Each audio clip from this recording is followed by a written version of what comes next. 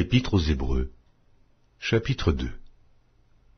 C'est pourquoi nous devons d'autant plus nous attacher aux choses que nous avons entendues, de peur que nous ne soyons emportés loin d'elles.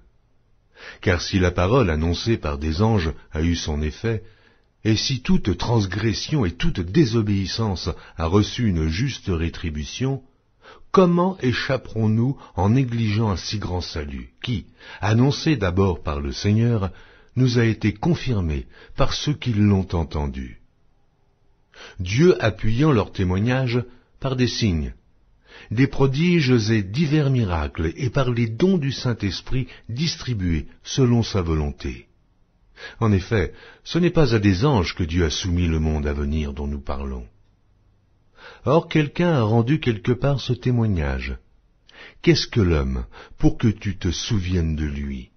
Ou le Fils de l'homme pour que tu prennes soin de lui? Tu l'as abaissé pour un peu de temps, au-dessous des anges. Tu l'as couronné de gloire et d'honneur. Tu as mis toutes choses sous ses pieds. En effet, en lui soumettant toutes choses, Dieu n'a rien laissé qui ne lui fût soumis. Cependant, nous ne voyons pas encore maintenant que toutes choses lui soient soumises. Mais celui qui a été abaissé pour un peu de temps au-dessous des anges, Jésus, nous le voyons couronné de gloire et d'honneur, à cause de la mort qu'il a soufferte, afin que, par la grâce de Dieu, il souffrit la mort pour tous. Il convenait en effet que celui pour qui et par qui sont toutes choses, et qui voulait conduire à la gloire beaucoup de fils, élevât à la perfection par les souffrances le prince de leur salut.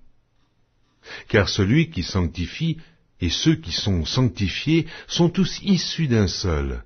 C'est pourquoi il n'a pas honte de les appeler frères, lorsqu'il dit « J'annoncerai ton nom à mes frères, je te célébrerai au milieu de l'assemblée. » Et encore, « Je me confierai en toi. » Et encore, « Me voici, moi et les enfants que Dieu m'a donnés. » Ainsi donc, puisque les enfants participent au sang et à la chair, il y a également participé lui-même, afin que, par la mort, il anéantisse celui qui a la puissance de la mort, c'est-à-dire le diable, et qu'il délivra tous ceux qui, par crainte de la mort, étaient toute leur vie retenus dans la servitude.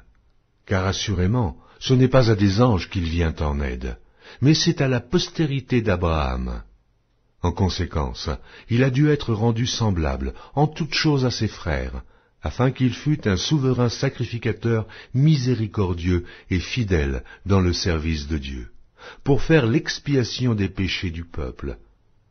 Car, ayant été tenté lui-même dans ce qu'il a souffert, il peut secourir ceux qui sont tentés.